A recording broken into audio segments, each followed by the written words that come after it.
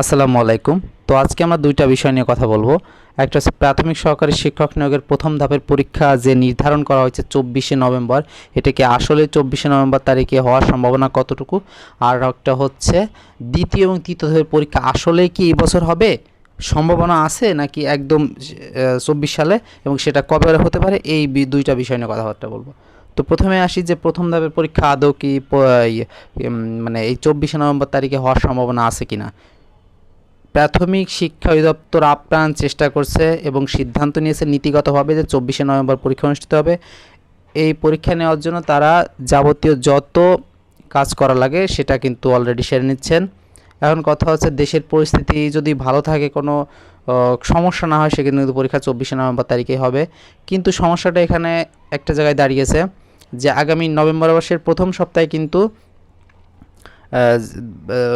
জাতীয় সংসদ নির্বাচনে যে তফসিল ঘোষণা হবে। এখন আপনারা জানেন বাংলাদেশে একটি দল, হ্যাঁ, তারা কিন্তু নির্বাচনে আসবে না এই অবস্থায়। সুতরাং তারা যদি কোনো কর্মকাণ্ড বা দেশে কোনো আন্দোলনের ডাক দেয় বা হচ্ছে কি বলা যায়, কোনো একটা মিটিং করে ওই দিনে, সুতরাং সেক্ষেত্রে যদি দেশের পরিস্থিতি খারাপের সম্ভাবনা থাকে, এক্ষেত্রে কিন্তু দেখা যাবে যে পিছানোর সম্ভাবনা আছে। আর ওই টাইমটাতে আসলে একটু বিরোধী দলগুলো বা আন্দোলনের সম্ভাবনা অনেকটাই বেশি বলা যায়। তো আমি এই রাজনৈতিক আলোচনায় যাচ্ছি না, তো আপনারা নিজেরাই বুঝতে পারছেন আসলে। তো সেক্ষেত্রে দেখা যাবে দেশের পরিস্থিতি যদি ভালো থাকে ওই দিনটাতে বা ওর আশপাশে, সেটা পরিস্থিতি বুঝে বলে দিবে। যদি ভালো থাকে তাহলে কিন্তু ওই দিনটাতেই পরীক্ষা হওয়ার সম্ভাবনা আছে, কারণ প্রাথমিক সহকারী প্রাথমিক শিক্ষা ও প্রাথমিক ও গণশিক্ষা অধিদপ্তর কিন্তু আপ্রাণ চেষ্টা করে যাচ্ছে পরীক্ষা আসলে দ্রুততম সময় নেওয়ার জন্য।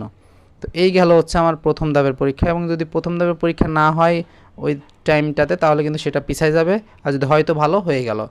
কিন্তু এখন কথা হচ্ছে যে দ্বিতীয় এবং তৃতীয় ধাপের পরীক্ষা কি এবছর হবে নাকি সামনের বছর হবে, বা হলে কীরকম কবে হবে। তো আপনারা জানেন যে জোনের কোনো একটা পরীক্ষা নেওয়ার ক্ষেত্রে সেই বিভাগের প্রাথমিক শিক্ষা অফিসারের কাছে আগে চিঠি পাঠানো লাগে যে আপনার ওই আওতাধীন যত শিক্ষা প্রতিষ্ঠান আছে সেটার আসন সংখ্যা কত, বা কোথায় কোথায় পরীক্ষা নিতে পারে, বা সেই সব শিক্ষা প্রতিষ্ঠানের প্রধান শিক্ষককে অবহিত করেন।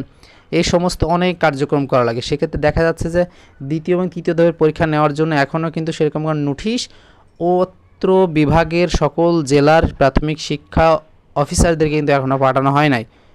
এই কার্যক্রমটা কিন্তু মিনিমাম 1 থেকে 1.5 মাস বা 2 মাস আগে থেকে শুরু হয়। সুতরাং এখনও যেহেতু পাঠায় নাই এবং এর পরবর্তী নির্বাচনের একটা আবহাওয়া আসতেছে, প্রথম ধাপের পরীক্ষা নিয়ে আসলে জল্পনা কল্পনা শেষ নেই। ক্ষেত্রে দ্বিতীয় ধাপের পরীক্ষা নির্বাচনের আগে হওয়া কোনোভাবেই সম্ভব না। সেক্ষেত্রে দেখা যাবে যে নির্বাচন শেষ হওয়ার পর দেশের পরিস্থিতি স্বাভাবিক হলে সেক্ষেত্রে মার্চ এপ্রিল মে মাসের দিকে, আমি বারবারই বলে আসছি, ওই টাইমটা যে কোনো একটা টাইমে অনুষ্ঠিত হবে। এবং সেক্ষেত্রে দেখা যাবে যে প্রথম ধাপের পরীক্ষা এরকম টাইমে যদি হয়ে যায়, দ্বিতীয় এবং তৃতীয় ধাপের পরীক্ষা একসাথেও হইলেও হইতে পারে। সেক্ষেত্রে কম বেশি হবে, দেখা গেলো 10 থেকে 12 দিনের বা 10 থেকে 15 দিনের, এরকম একটা সম্ভাবনা আছে। ঠিক আছে, কারণ খুব দ্রুততম সময়ের পরীক্ষা নেওয়ার চিন্তাভাবনা যদিও ছিল, কিন্তু আসলে সময়ের পরিস্থিতি আসলে হচ্ছে না সেরকমভাবে। তো এটাই ছিল আজকের এই ভিডিও, যে আপনারা বুঝতেই পারছেন যে প্রথম ধাপের পরীক্ষা 24শে নভেম্বর তারিখে হওয়ার সম্ভাবনা কতটুকু, এবং হচ্ছে দ্বিতীয় এবং তৃতীয় পরীক্ষা সেটা কবে অনুষ্ঠিত হবে। তো যারা প্রাথমিক পরীক্ষা দিতে যাচ্ছেন বা দিবেন পরবর্তীতে, চাকরি রিলেটেড যে কোনো তথ্য সবার আগে পাওয়ার জন্য অবশ্যই আমাদের চ্যানেলটি সাবস্ক্রাইব করে পাশে থাকা বেল আইকনটি প্রেস করে দিবেন। আমরা এর পরবর্তীতে চাকরির বিভিন্ন ধরনের ক্লাস বা সাজেশান এগুলো আমরা দেওয়ার চেষ্টা করব।